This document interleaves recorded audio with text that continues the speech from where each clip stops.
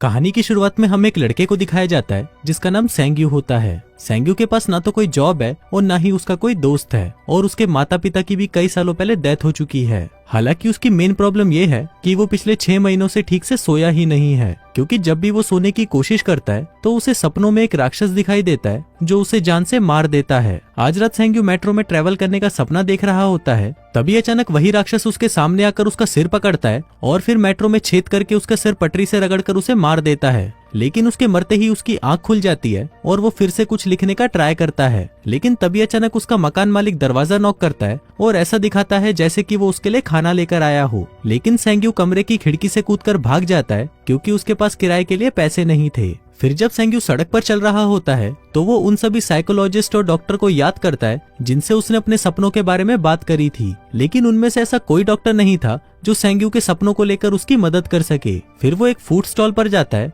हे movie के चाहने वालों, हम आपके लिए लेकर आए हैं एक धमाका ऑफर।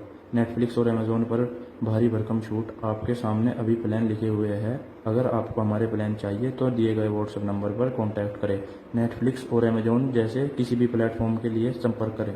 और एक एगलेस पैनकेक मांगता है क्योंकि अंडे वाला पैनकेक खाने के लिए उसके पास पैसे नहीं थे। लेकिन फूड स्टॉल का मालिक सेंग्यू पर तरस खाकर उसे फ्री में ही अंडे वाला पैनकेक दे देता है। अब जब तक उसका पैनकेक बनकर तैयार हो रहा होता है तब तक वो गली के दूसरी तरफ एक कैफे को देखता है जहाँ पर हुआर नाम की एक लड़की काम कर रही होती है। सेंग्यू हुआर से बहुत प्यार करता है और वो उससे सालों पहले एक क्लब में मिला था जहाँ पर वो एक म्यूजिक शो कर रही थी। सेंग्यू को हुआर की आवाज बहुत अच्छी लगी, इसलिए वो तब से सिर्फ उसी के बारे में ही सोचता रहता है। तभी सेंग्यू का पैनकेक तैयार हो जाता है और वो उसे मजे से खाने लगता है। लेकिन तभी पीछे से उसका मैनेजर सेंगजी आ जाता है, जिसको देखकर वो घबरा जाता है और वहाँ से भागने लगता है, जिस दौरान वो अपना पैनकेक भी नीचे गिरा देता है। लेकिन सेंग्यू ज्यादा दूर तक भाग नहीं पाता और सेंगजी उसे पकड़ लेता है। फिर वो उसे एक रेस्टोरेंट में ले जाता है जहाँ सेंग्यू उसे नूडल्स खाते हुए देखता है। तभी सेंग्जी उसे डांटने लगता है क्योंकि उसने अपने कॉन्ट्रैक्ट को पूरा नहीं किया और टाइम पर स्क्रिप्ट डिलीवर नहीं की। सेंग्यू उसे अपने सपनों वाली बीमारी के बारे में बताता है और कहता है कि वो कंसंट्रेट नहीं कर पा रहा,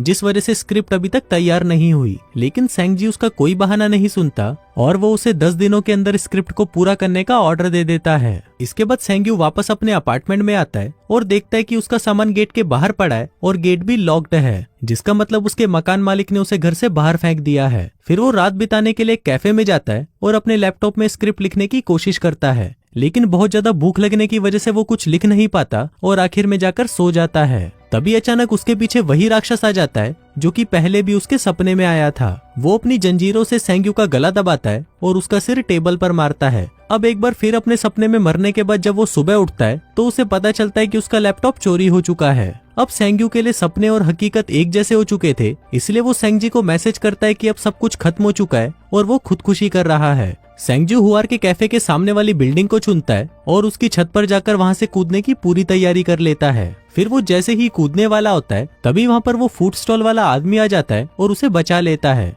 वो उसके साथ बैठता है और उसे खाने के लिए फ्री में पैनकेक भी देता है। फिर सेंग्यू उसे अपने सपनों के बारे में बताता है, जिस पर वो आदमी कहता है कि अब जब भी तुम वैसा सपना देखो तो तुम्हें आई एम ड्रीमिंग बोलना है, इससे तुम फौरन अपने सपनों से वापस आ जाओगे। अब सेंग्यू देर रात तक उसी छत पर हुआर को देखता रहता है। फिर रात को वो अपना फोन बेच देता है जिससे उसे कुछ पैसे मिल जाए और वो उनसे अपने लिए खाना खरीद सके। फिर सेंग्यू एक स्टोर में जाता है और वहां से कुछ चीजें चुराने की कोशिश करता है, लेकिन जब वो वहां पर लगे हुए कैमरास को देखता है तो वो अपना मन बदल लेता है, जिसके बाद वो खाना खरीदता है और स्टोर के बाहर बैठकर खाने लगता है। तभी अचानक वहां पर हुआर आती है, जिसको देखकर वो चौंक जाता है। उसे लगने लगता है कि ये सब सच है, लेकिन तभी वो उस राक्षस में बदल जाती है और वो राक्षस सेंग्यू को कांच की तरफ धक्का देना शुरू कर देता है। वहीं दूसरी तरफ स्टोर मैनेजर को लगता है कि शायद सेंग्यू को कोई पैनिक अटैक आ रहा है, इसलिए वो तुरंत एम्बुलेंस को फोन करने लगती है। फिर वो राक्षस सेंग्यू को उठाकर अपनी तलवार से मारता है और उसे कांच की खिड़की से स्टोर के अंदर फेंक देता है। तभी सेंग्यू उस फूड स्टॉल वाले आदमी की बातों को याद करता है।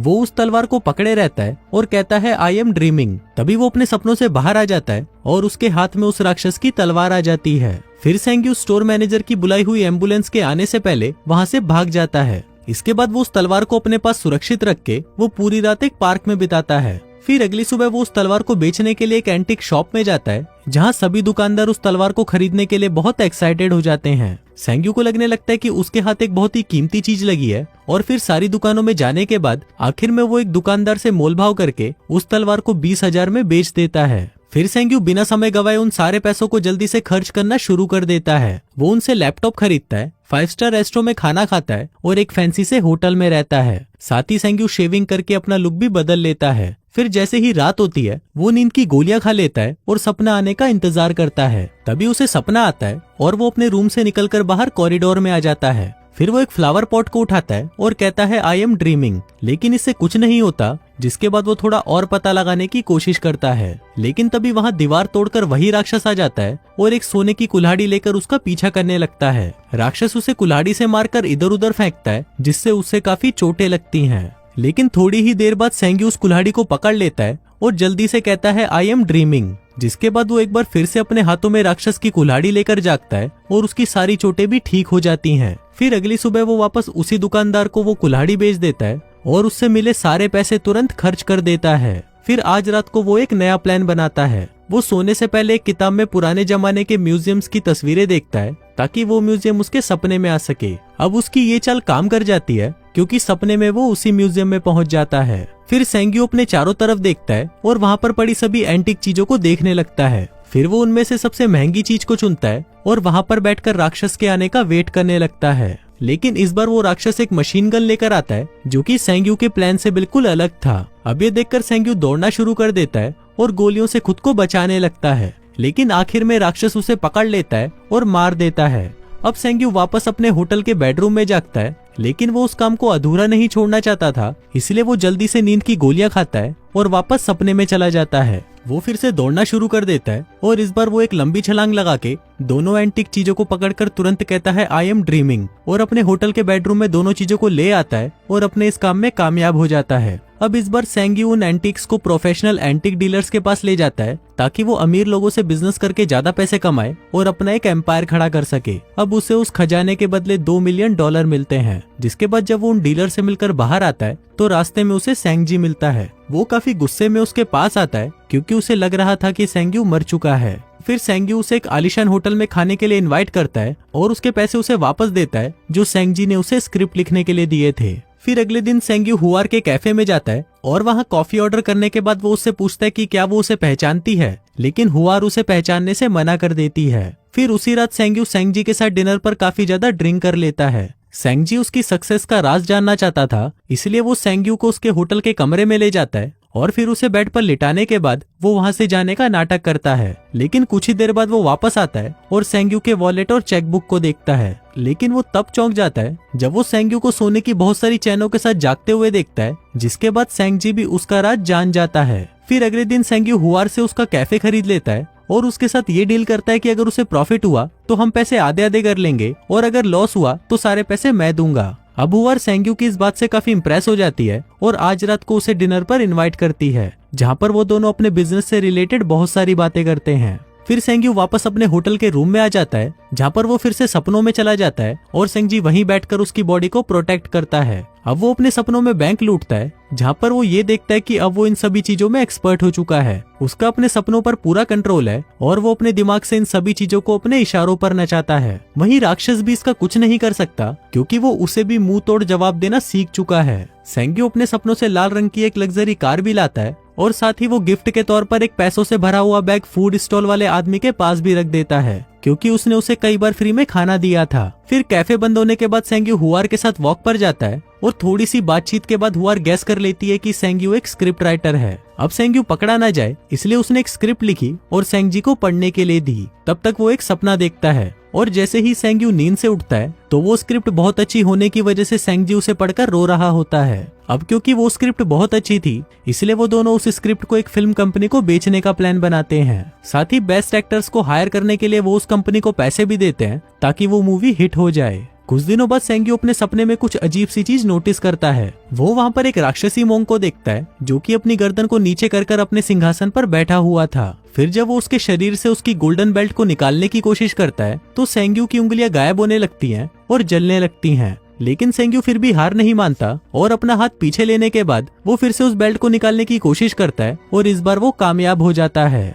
फिर एक रात सेंग्यू हुआर को उसी बिल्डिंग की छत पर ले जाता है जहाँ से वो कभी आत्महत्या करने की कोशिश कर रहा था। फिर वो उसे एक फायर क्रैकर शो दिखाता है जो कि उसने स्पेशल हुआर के लिए ही ऑर्गेनाइज किया था। फिर जब सेंग्यू अपने रूम में वापस पहुंचता है तो वहाँ पर सेंगजी आज रात का खजाना लूटने के लिए तैयार हो जाता है, लेकिन सेंग्यू उसे मना कर देता है और अकेला ही सो जाता है। फिर सपने में वो एक बहुत ही लंबी और खाली सी बिल्डिंग में पहुंचता है जहाँ पर बालकनी में उसका कोई इंतजार कर रहा होता है। सेंग्यू जैसे ही उसके पास जाता है वो देखता है कि ये तो बिल्कुल उसका हमशक्ल है। तभी सेंग्यू अचानक अपने सपने से बाहर आता है और अपने कंधे और चेहरे पर जले हुए निशान देखता है। फिर अगले दिन सेंग्यू फूड स्टॉल वाले आदमी के पास कुछ सलाह लेने के लिए जाता है, लेकिन फूड स्टॉल के पास पहुंचते ही उसके साइड में एक वैन आती है और कुछ गुंडे उसे किडनैप कर लेते हैं। फिर जब वो उसके सिर से कपड़ा उठाते हैं तो सेंग्यू देखता है कि वो उन गुंडों से चारों तरफ से घिरा हुआ है और उन बदमाशों का लीडर चैंगजी होता है। फिर जब सेंगजी पैसे लेकर आता है तो चैंगजी के आदमी उससे पैसे छीन लेते हैं और उसे भी किडनैप कर लेते हैं।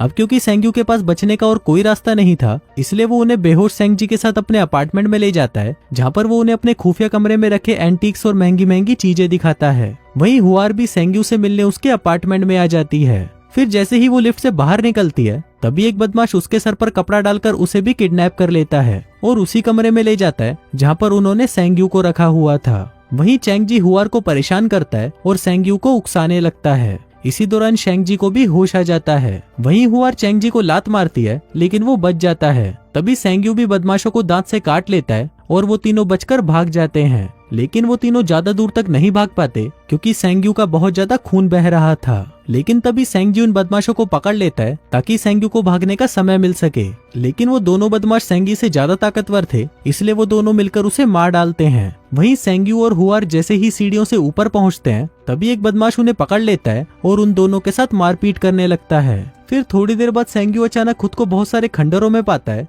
जहाँ पर वो किसी काले पानी से ढका हुआ होता है और हिलने डुलने पर जल्दी ही वो उसके शरीर से उतर भी जाता है। फिर चारों ओर देखने के बाद वो एक चमकते हुए गेट को छूता है जिसमें दिखाया जाता है कि उस रात उसे स्टोर के बाहर एक एम्बुलेंस में ले जाया गया था। फिर जब ये खत्म हो जाता है तो वो वहाँ से निकलने के लिए आई एम ड्रीमिंग कहता है, लेकिन इससे कुछ नहीं होता बल्कि उसका ब्लड लॉस होने लगता है। तभी अचानक उसका शरीर बदलने लग जाता है और वो एक राक्षस बन जाता है। फिर उसके हाथ में कुल्हाड़ी आ जाती है जिससे वो उस दीवार को तोड़ने की कोशिश करता है। फिर जब वो दीवार टूट जाती है तो वो राक्षस सेंग्यू के रूम में आ जाता है। फिर वो राक्षस अपनी मशीन गन से सभी गुंडों को मार देता है, जिसके बाद वो सेंग्यू को मारने के लिए उसके पास जाता है और उसे भी मार देता है। तभी उसके मरते ही वो सभी एंटीक चीजें जो वो अपने सपनों से लाया था वो गायब होने लगती हैं, सेंग्यू के अपार्टमेंट से भी और उन सभी अमीर कलेक्टरों के घर से भी। फिर जब सेंग्यू को होश आता है तो वो खुद को वापस उसी स्टोर पर पाता है जहाँ पर हुआर राक्षस में बदल गई थी। वो देखता है कि अब तक उसके साथ जो भी हुआ वो सिर्फ एक लंबा सपना था और तब से सेंग्यू उसी स्टोर के बाहर ही सो रहा था। तभी वहाँ पर हुआर आती है और क्योंकि उसने उसे उस कॉन्सर्ट में देखा था तो वो उसे पहचान लेती है। अब उसकी हालत देखकर हुआर को उस पर दया आ जाती है तो वो उसे अपने घर में ले जाकर खाना खिलाती है। फिर जब सेंग्यू नूडल्स खा रहा होता है तो हुआर उसे बताती है कि उसने उसकी लिखी हुई स्टोरी एक मैगजीन में पढ़ी थी